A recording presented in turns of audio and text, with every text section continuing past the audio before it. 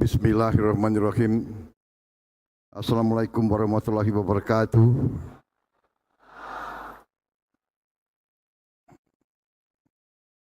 Selamat malam, salam sejahtera bagi kita sekalian. Shalom, salve, om swastiastu, nama budaya, salam kebajikan. Pertama-tama, sebagai insan yang bertakwa, marilah kita tidak henti-hentinya memanjatkan puji syukur kehadirat Allah Subhanahu wa taala, Tuhan Maha Kuasa, Tuhan Maha Besar yang memiliki sekalian alam. Hanya kepadanya lah kita berdoa dan hanya kepadanya lah kita meminta pertolongan. Kita bersyukur atas segala karunia yang diberikan kepada bangsa kita dan kepada kita semuanya, sehingga kita dapat berkumpul di tempat yang mulia ini untuk bersama-sama memperingati hari ulang tahun ke-27 Partai Kebangkitan Bangsa.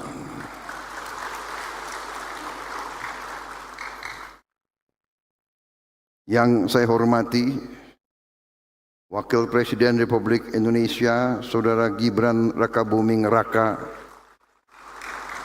yang saya hormati dan saya muliakan Wakil Presiden ke-13 Republik Indonesia sekaligus Ketua Dewan Syuro Partai Kebangkitan Bangsa Bapak Kiai Haji Profesor Dr. Ma'ruf Amin.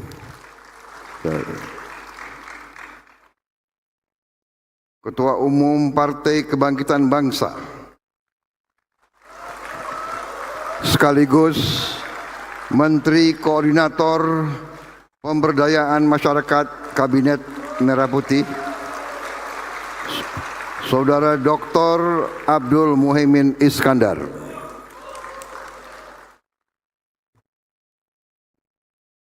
Ketua Dewan Pembina Perempuan Bangsa PKB Hajah Rustini Muhaimin Iskandar.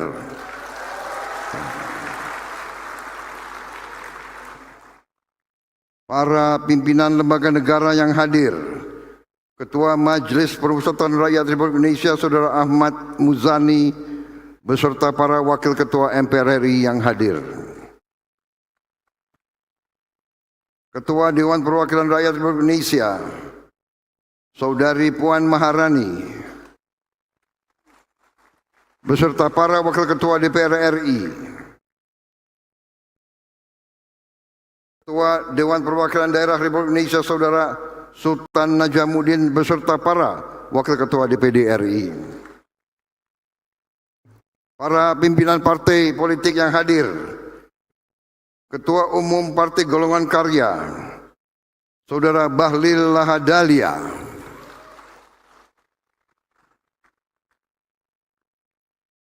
yang juga Menteri Kabinet Merah Putih, Menteri ESDM, Ketua Umum Partai Amanat Nasional Saudara Zulkifli Hasan, yang juga Menteri Koordinator Bidang Pangan, Ketua Umum Partai Demokrat Saudara Agus Harimurti Yudhoyono, yang juga Menteri Koordinator Bidang Infrastruktur, Presiden PKS Saudara Al-Muzammil Yusuf, yang juga baru terpilih. Saya belum sempat terima pengurus baru.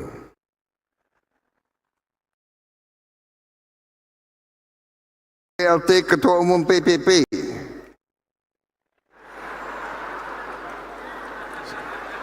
Saudara M. Mardiono,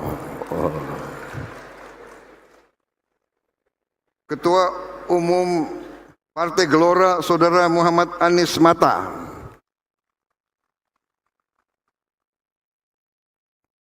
yang juga Wakil Menteri Luar Negeri Ketua Umum Partai Solidaritas Indonesia, Saudara Kaisang Pangarep.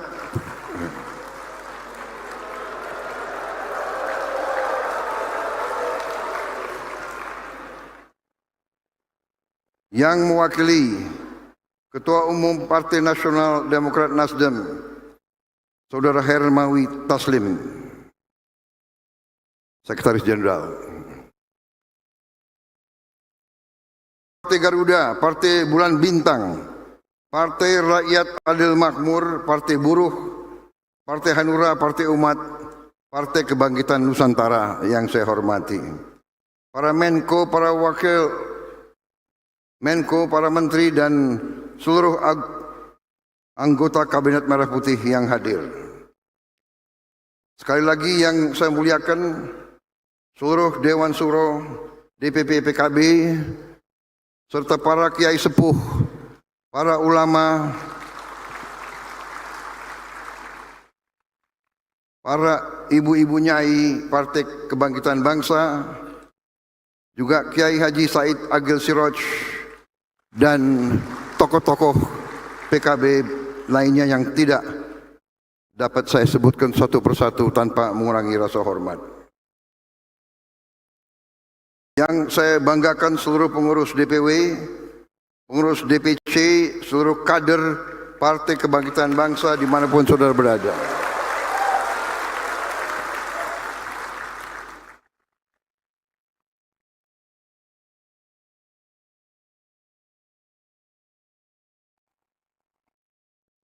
Tentunya saya ingin menyampaikan terima kasih atas undangan yang telah diberikan kepada saya. Ini sungguh suatu kehormatan bagi saya untuk hadir dalam acara ini. Saya nyaman di tengah PKB.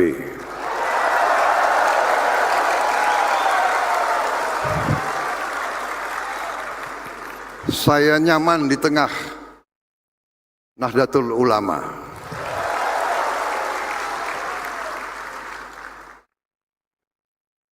Saya merasa dekat dengan tokoh-tokoh NU dan PKB. Saya dulu merasa sangat dekat dengan Gus Dur.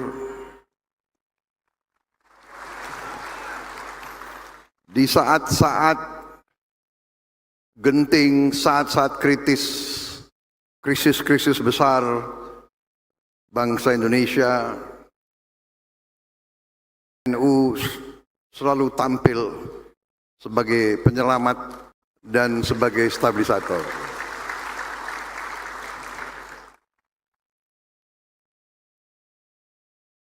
Karena itu juga dengan sikap Nahdlatul Ulama, PKB, yaitu yang dikumandangkan adalah Islam sebagai rahmatan lil alamin. Islam yang moderat, Islam yang sejuk, Islam yang mendamaikan, Islam yang bisa diterima di mana-mana. Karena itu memang NU dan PKB selalu berada di mana-mana.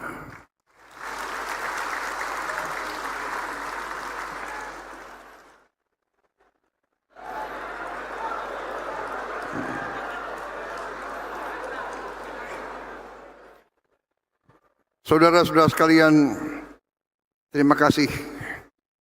Saya sangat terkesan dengan tadi sama sambutan dari Profesor Ma'ruf Amin. Sangat terkesan, singkat, tidak panjang, ya.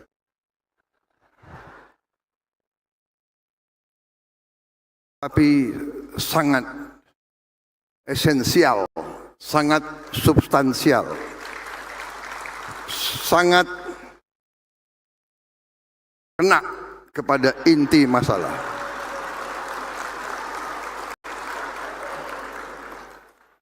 Saya terus terang saja, sekian puluh tahun ini, jarang mendengar tokoh politik, tokoh masyarakat, bahkan pakar ekonomi sekalipun, jarang saya dengar pasal 33 Undang-Undang Dasar 45.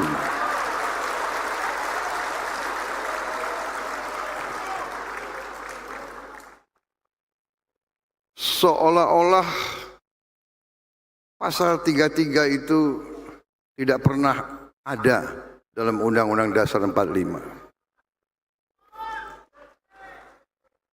Dan kalau kita dengar proses amandemen terhadap naskah Undang-Undang Dasar 1945 yang asli, proses amandemen itu yang ingin dirubah antara lain, ingin dihilangkan antara lain adalah pasal 3. Pasal 33 itu yang ingin dihilangkan. Kita bersyukur tidak dihilangkan dan terima kasih PKB.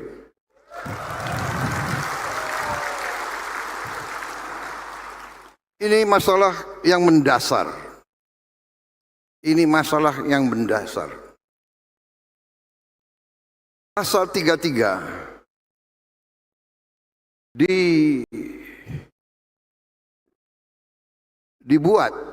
dimasukkan ke dalam Undang-Undang Dasar 45 itu oleh pendiri-pendiri bangsa kita. Waktu menyusun Undang-Undang Dasar, para pendiri-pendiri di mana di situ hadir tokoh-tokoh dari semua golongan. Golongan nasionalis, golongan agama, semua. Mereka angkatan, mereka generasi yang pernah mengalami penjajahan. Mereka mengalami hidup di bawah kolonialisme, di bawah imperialisme. Dan imperialisme dan kolonialisme adalah tidak lain bentuk daripada kapitalisme yang intinya adalah mengisap darahnya rakyat banyak dibawa ke negara penjajah. Ini esensinya. Mereka mengalami itu dan mereka orang-orang yang pandai karena pengalaman itu. Dan karena itu waktu menyusun undang-undang negara, undang-undang dasar negara, mereka tidak mau dijajah kembali. Karena itu mereka taruh pasal 33 itu.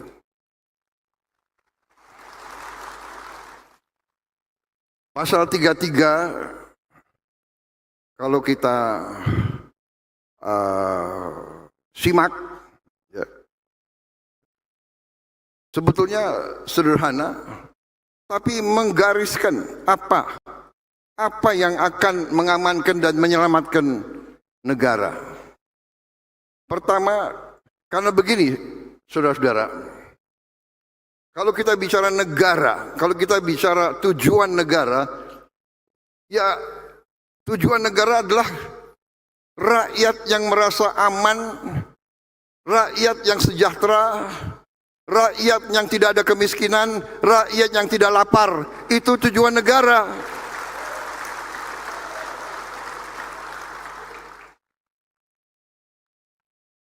Demokrasi penting.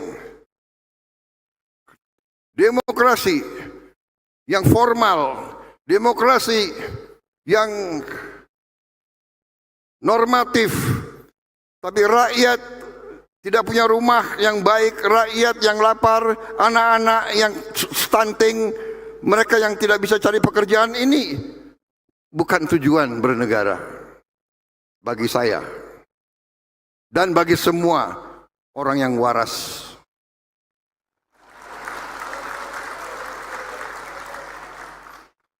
Di pembukaan Undang-Undang Dasar 45 jelas tujuan bernegara melindungi segenap bangsa Indonesia dan seluruh tumpah darah Indonesia. Melindungi dari kemiskinan, melindungi dari kelaparan, melindungi dari ketidakadilan. Tujuan bernegara memajukan kesejahteraan umum, mencerdaskan kehidupan bangsa, dan melaksanakan ketertiban dunia yang berdasarkan kemerdekaan, perdamaian abadi, dan keadilan sosial.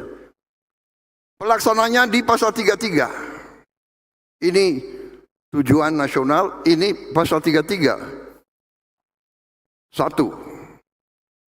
Ayat 1. Perekonomian disusun sebagai usaha bersama berdasar atas asas kekeluargaan.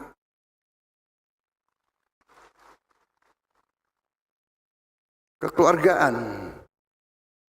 bukan azas konglomerasi.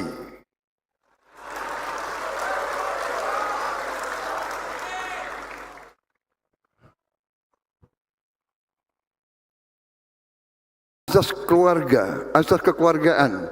Ya, seluruh bangsa Indonesia kita harus diperlakukan sebagai keluarga.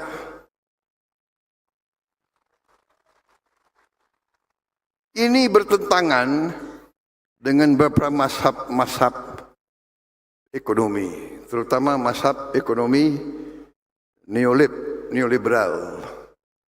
Karena di mazhab neolib ini, menurut mereka nggak apa-apa kalau yang segelintir orang tambah kaya, nggak apa-apa. Biar segelintir orang tambah kaya. Menurut teori itu, lama-lama kekayaan itu akan menetes ke bawah. Tapi kenyataannya menetesnya lama banget. Menetesnya 200 tahun, udah mati kita semua itu. Jadi itu gak benar. Nggak benar, tidak akan netes ke bawah. Bagaimana saudara merasa menetes ke bawah? Setetes pun enggak ya? Saudara-saudara, jadi kita diakal-akalin. Jadi saya terima kasih Pak Kiai. Hari ini sebetulnya saya nggak mau pidato panjang-panjang. Bener. Saya hari ini sudah berapa kali pidato. Pagi ini pelantikan perwira. Habis itu ketemu pengusaha-pengusaha asing. Kemudian launching logo. Sebelumnya ketemu pimpinan MPR RI. Malam undangan PKB lagi. Aduh.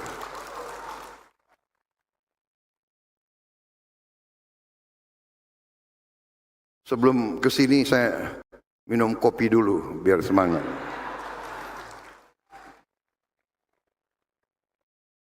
Ini staf saya nggak bener ini. Nggak bener.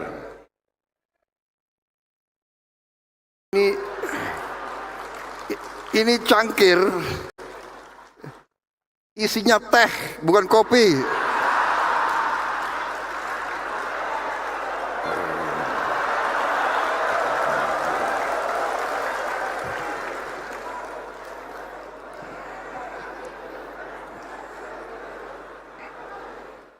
Kopi itu senjata rahasia saya.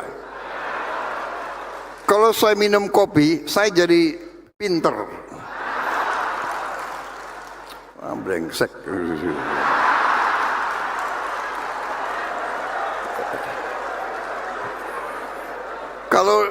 Kalau di depan kiai-kiai saya grogi saya.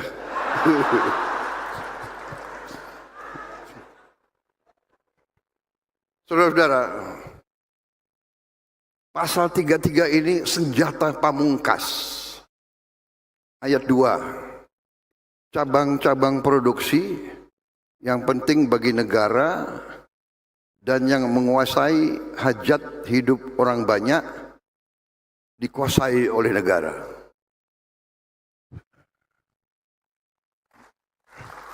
Cabang-cabang produksi yang penting bagi negara dan yang menguasai hajat hidup orang banyak dikuasai oleh negara.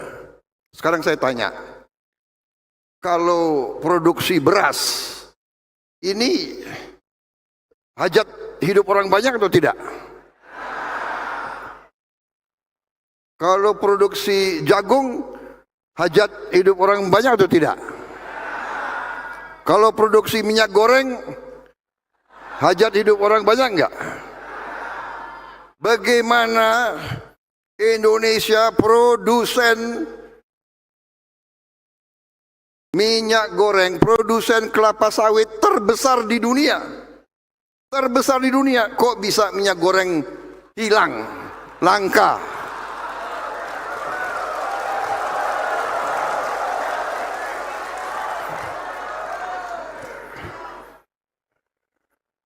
Jadi saudara-saudara, ini saya sampai cari-cari mazhab bisnis apa, mazhab ekonomi apa ini. Produsen kelapa sawit terbesar di dunia, tapi di negara sendiri minyak goreng hilang.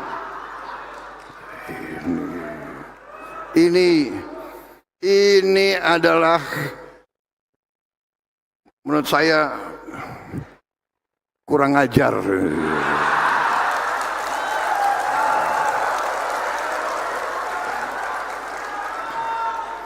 Sampai saya merasa perlu ada istilah baru. Ini bukan mazhab neolib atau pasar bebas atau kapital, ini mazhab serakah nomics. Serakah nomics. Tolong kawan-kawan kita yang di universitas itu, yang pinter-pinter, tolong buka bidang studi serakah nomics. Saudara-saudara, saya merasa hari ini besar hati. PKB, kiai-kiai bersama saya.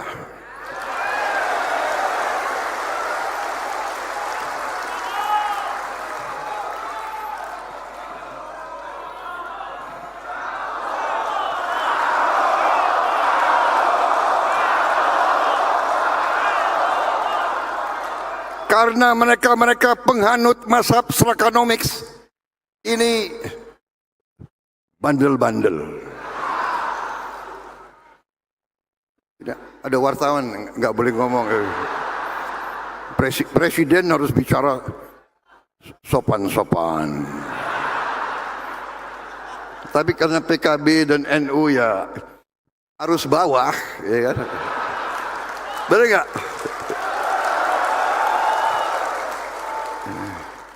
Kalian ngerti bahasa rakyat, bahasa jalan kalian ngerti, ya kan? Kalau saya bicara bahasa akademis, ya. Saudara-saudara sekalian, perkembangan ekonomi kita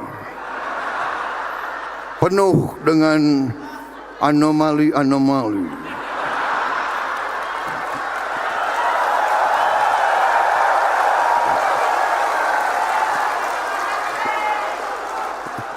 Kalian ngerti nggak? Ya kan? Pasti kalian, di antara kalian ngomongnya gak muding ini. Opo.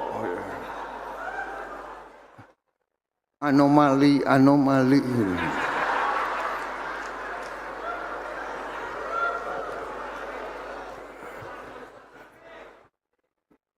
Nyuri, gitu loh. Nggarong, kalian ngerti kan? Ngerampok.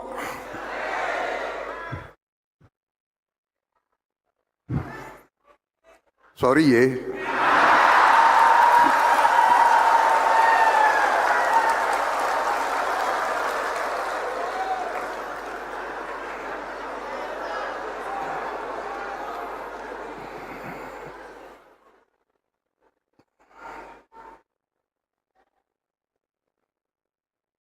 Saya suka dengan filosofi NU. NU tidak kemana-mana, tapi NU ada di mana-mana.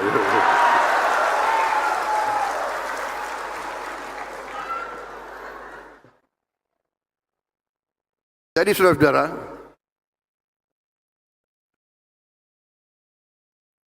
sama dengan beras.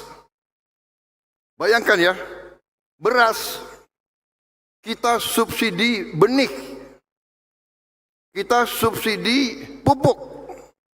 Pabrik pupuk milik rakyat, milik negara. Pestisida disubsidi. Waduk-waduk dibangun oleh uang rakyat.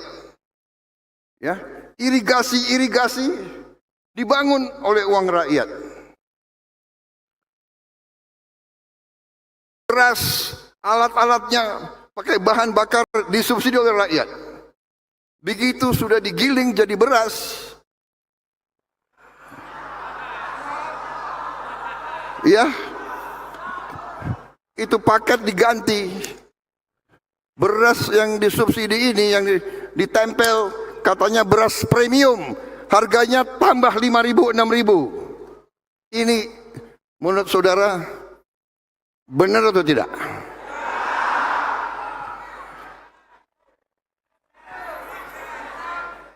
Ini adalah pidana.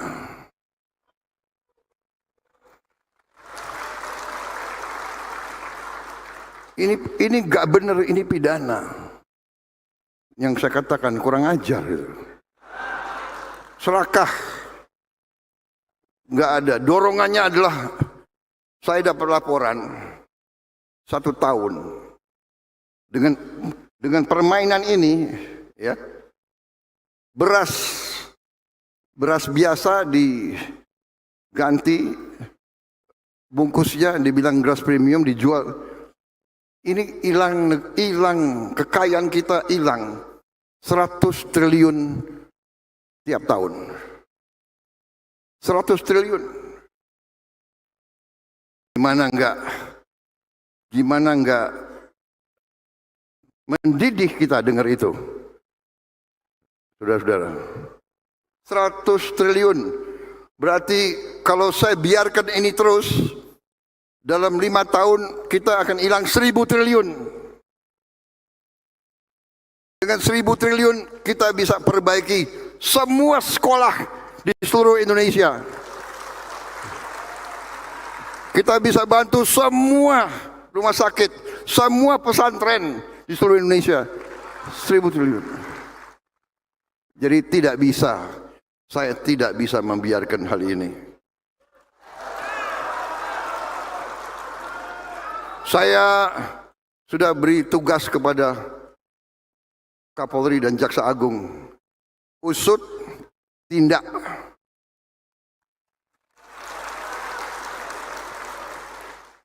Usut, tindak, sita. Karena Undang-Undang Dasar 45 pasal 33.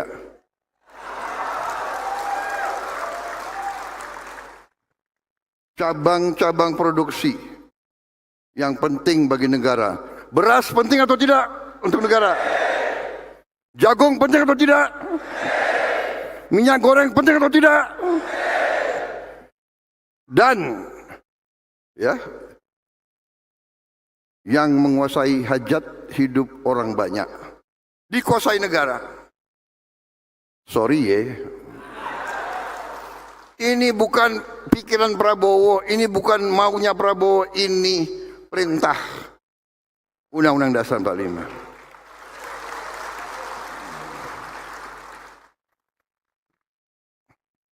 Ayat 3. Bumi, tadi PKB lambang bumi.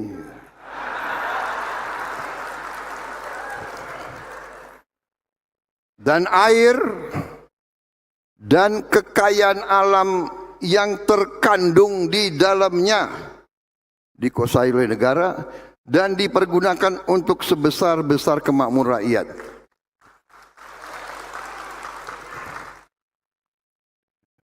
Ini tidak perlu ditafsir lagi ya, ini jelas. Jelas. Jadi terima kasih PKB hari ini yang dilakukan oleh Ketua Dewan Syuro PKB dan Ketua Umum PKB yang dilakukan malam ini adalah suntik keberanian kepada saya.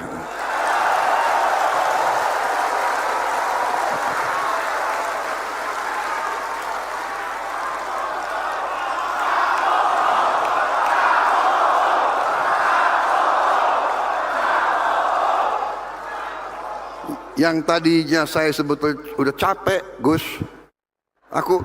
PKB ya, malam ini PKB. Yang benar, iya, aku harus kasih pidato. Aku mau pidato sebentar aja deh, singkat-singkat aja deh. Dibuatlah pidato bagus ini. 2 halaman, udah selesai dari tadi kalau saya baca ini.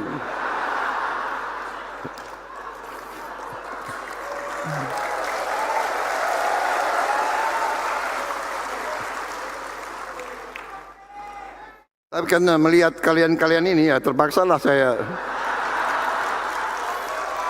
Apalagi udah disuntik keberanian itu ya.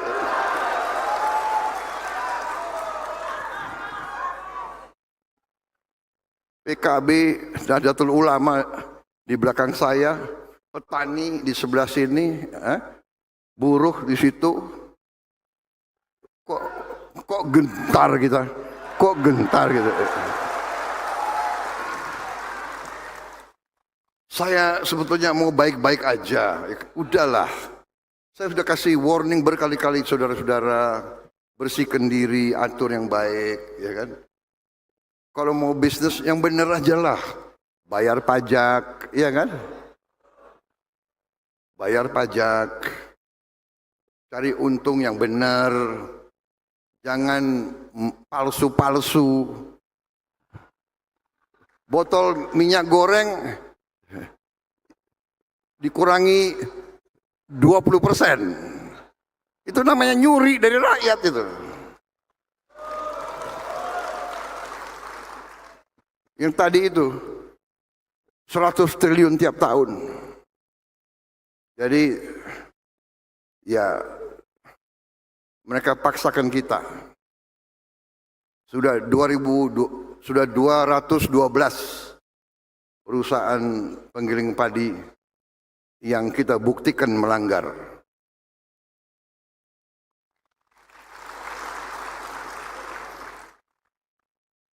Ini mereka sendiri sudah mengakui. Karena dibawa ke laboratorium, diperiksa. Nah ini mereka harus kembalikan uang yang mereka nikmati dengan tidak benar. Kalau bisa kembalikan 100 triliun ya kita mungkin bisa sedikit meringankan. Saudara-saudara,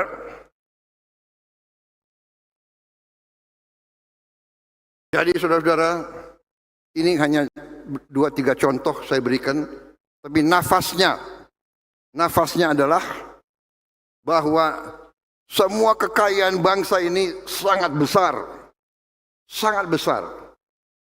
dan sudah dicuri lama. Masih kita berdiri sebagai bangsa. Bayangkan betapa kayanya kita.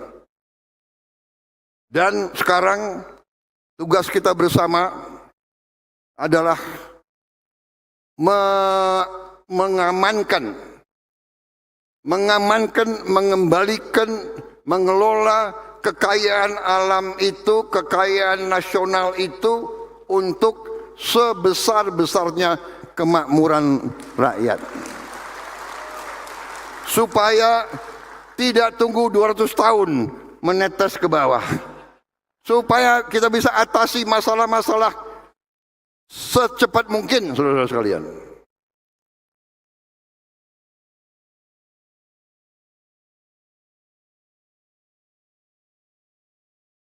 Saudara-saudara, saya kemarin dari Solo ke Klaten. Dari Solo ke Klaten, di pinggir jalan, anak-anak sekolah semua, guru-guru semua, rakyat keluar dari rumah. Saya pikir ini kan sudah bukan kampanye lagi. Tapi sudah, mereka berdiri berjam-jam, saya keluar dari kendaraan saya buka, saya berdiri di atas. Saya berdiri di atas, saya dengar anak-anak itu, anak-anak teriak, "Pak, makan bergizi, Pak." Saya lihat, "Sudah sekolahmu?" "Belum, Pak."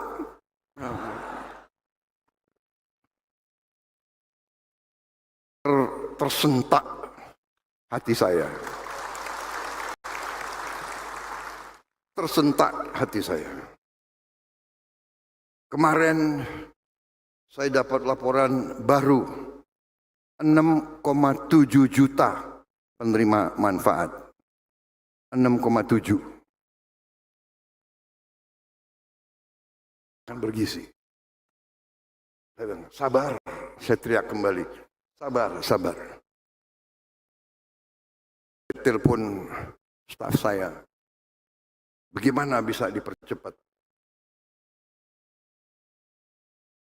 Rencananya akhir Agustus baru kita akan mencapai 20 juta penerima manfaat. Akhir Agustus rencananya. Tapi saya minta, bagaimana caranya, pikirkan bagaimana kita bisa mempercepat. Mereka laporkan, "Pak, ternyata kita mungkin bisa mempercepat." Dan inilah yang saya titip sama staf-staf saya, kepala badan dan semuanya. Anak-anak itu sangat mengharapkan. Anak-anak itu paham bahwa tata kelola uang negara tidak bisa begitu saja. Tiap sen harus kita jaga. Berarti harus dilatih. Pengurus-pengurus dapur harus disiapkan. Mereka harus ditatar. Mereka harus mengerti cara mengelola uang. Dan itu butuh waktu. Tapi mereka lapor ke saya, "Pak, ini bisa dipercepat. Kemungkinan besar kita bisa mencapai angka 20 juta itu, insya Allah sebelum 17 Agustus. Dan sesudah itu akan naik terus, dan kita berdoa, kita berharap bulan Desember tahun ini akan mencapai 82 juta, 9 penerimaan manfaat. Ini menjadi sesuatu yang diperhatikan oleh bangsa-bangsa lain. Waktu saya keluar negeri, banyak pemimpin bertanya dan bahkan banyak yang mengirim tim ke Indonesia belajar bagaimana kita mencapai hal ini. Karena saya diberitahu oleh mantan Presiden Brazil, mereka mencapai 40 juta anak penerima manfaat. Menurut mantan Presiden itu membutuhkan waktu 11 tahun. Jadi Indonesia ini sekarang ini banyak boneknya. Yang negara lain butuh 11 tahun, kita nekat. Kita tahun ini kita akan buktikan Indonesia bisa menghasilkan penerima manfaat 82,9 juta dalam 1 tahun. Tapi tentunya ini harus kita buktikan. Jadi mungkin akhir Desember atau awal Januari, mohon PKB undang saya lagi. Supaya apa yang saya bicara hari ini, saudara bisa tagih Desember 2025 atau Januari lah. Tapi saya percaya niat baik, ya, hati yang bersih, tujuan yang mulia, kita akan diberi jalan oleh Yang Maha Kuasa.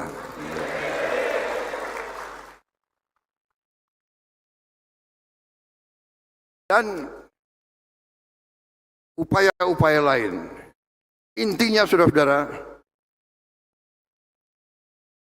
saya melihat dengan saya pelajari data-data angka-angka sangat-sangat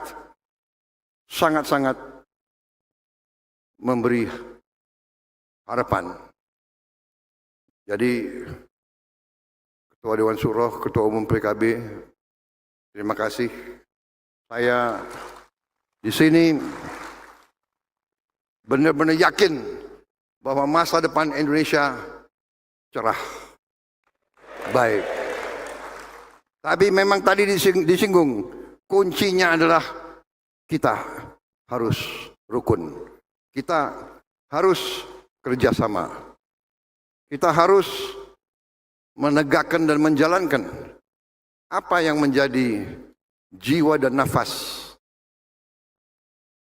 NU dan PKB, menjalankan rahmatan lil alamin. Berbakti, bermanfaat untuk semua. Ini kuncinya. Saudara-saudara, politik kita harus demikian. Politik kita pun harus rahmatan lil alamin. Partai-partai kita bersaing. Kalau nanti pemilu, pilkada, ya kan, pilpres, bersaing, tidak ada masalah. Selesai bersaing, rukun kerjasama. Karena kita mau mengabdi ke rakyat kok.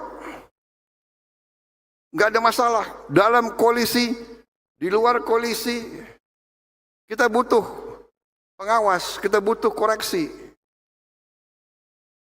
Tapi kita mau koreksi benar-benar dari wakil rakyat juga. Jangan orang mengangkat dirinya sendiri, habis itu dia ngatur-ngatur kita. Enak aja. Ya Gus. Ya kan? Enggak keringat, enggak berdarah-darah, tapi omon-omon komentar.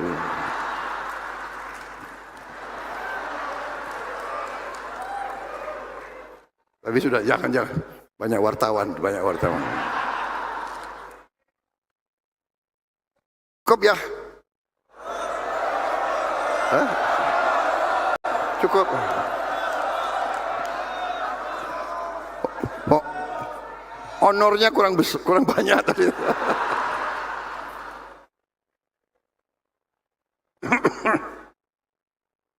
Memang situasi dunia sedang tidak baik-baik saja. Kita tahu itu. Perang di sini, wah. Tapi Indonesia memang berusaha menjaga kita non-blok, kita hormati semua, ya. Kita baik. Di bidang ekonomi tidak hanya kita, semua negara sedang menghadapi Amerika Serikat yang alot, punya garis alot. Tapi ya itu fakta. Kita harus berurusan. Dan pendekatan saya adalah, tanggung jawab saya adalah melindungi kepentingan bangsa Indonesia. Kewajiban saya adalah melindungi rakyat Indonesia. Dalam bidang ekonomi, saya harus menjaga asal tidak ada alasan untuk PHK pekerja-pekerja kita.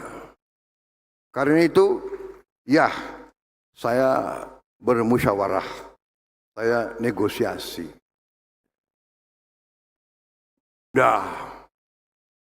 Selalu ada yang nyinyir. Jadi ini gimana ya?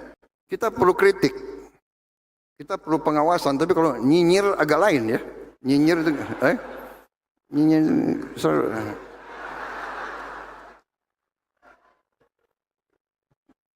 Kita nggak ada yang benar gitu, ya kan? Kita mau kerja baik, itu nggak ada yang benar. Makan bergizi gratis di awal-awal bilangnya nggak ada gunanya makan bergizi gratis, ya kan? Malah ada yang dipertanyakan, mau makan bergizi gratis atau pendidikan gratis? Saudara-saudara, Undang-Undang Dasar 45 itu mewajibkan kita untuk pendidikan gratis. Kita harus mencari jalan untuk memberi pendidikan gratis untuk rakyat kita. Jangan dipertentangkan. Tapi anak-anak yang lapar tidak boleh dibiarkan lapar. Dia masa depan kita. Jadi saudara, percayalah, Indonesia akan bangkit. Indonesia akan berhasil.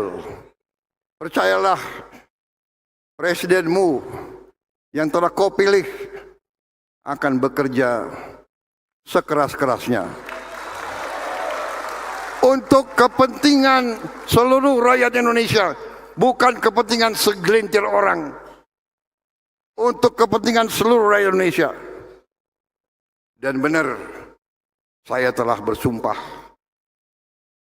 kepada diri saya rela jiwa raga saya berikan untuk rakyat Indonesia.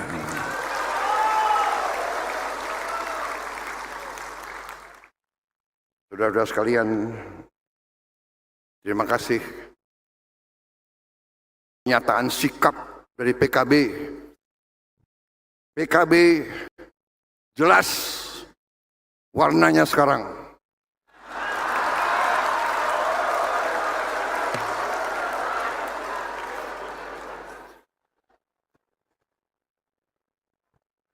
PKB berada di pihak Undang-Undang Dasar 1945.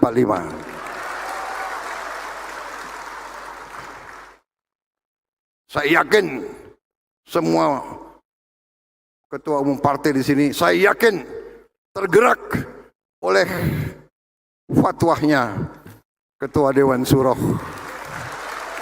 PKB.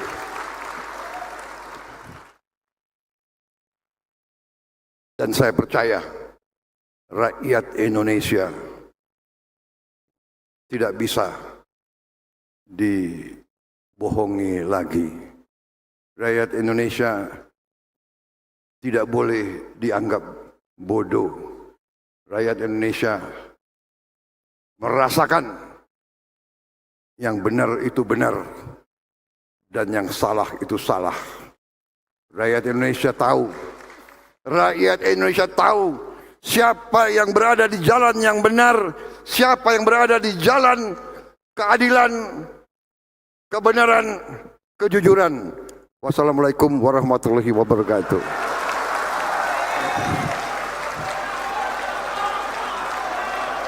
Semoga PKB jaya selalu. Pertahankan perjuangan kita bersama. Terima kasih, terima kasih, terima kasih.